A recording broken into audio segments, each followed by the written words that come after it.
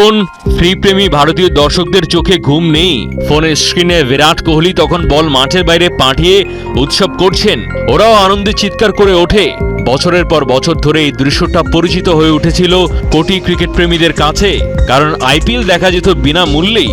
কিন্তু এবার আর তেমনটা হচ্ছে না। কারণটা আর কেউ নয়, মুকেশ আম্বানি।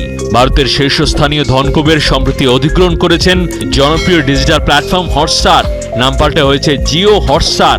এতদিন ক্রিকেট ভক্তরা অভ্যস্ত ছিলেন বিনামূল্যে আইপিএল দেখার, কিন্তু সোমবার সকালে হঠাৎ করেই সেই প্ল্যাটফর্ম থেকে এলো একটা ঘোষণা, এবার থেকে বিনামূল্যে আইপিএল দেখার দিন শেষ। খবরটা মুহূর্তে ছড়িয়ে পড়েছে সামাজিক যোগাযোগ মাধ্যমে। ক্ষোভ প্রকাশ করেছেন সাধারণ দর্শক থেকে শুরু করে ক্রিকেট ভক্তরা, বিশেষ করে ভারতের ছাত্র ও তরুণ সমাজ, যারা এতদিন বিনামূল্যে আইপিএল এর উত্তেজনায় ডুবে থাকতো। তাদের মনে এখন প্রশ্ন একটাই, তাহলে কি আইপিএল আর তাদের জন্য নয়?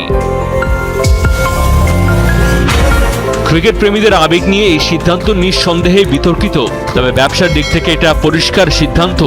বাজার বিশ্লেষকদের মতে বিনামূল্যে আইপিএল সম্প্রচারে বিজ্ঞাপনের আয় থাকলেও অর্থনৈতিকভাবে সেটা লাভজনক ছিল না। আম্বানি জানেন মানুষ আইপিএল দেখতে বাধ্য, এই সুযোগকেই তাই কাজে লাগাতে চাইছে জিও।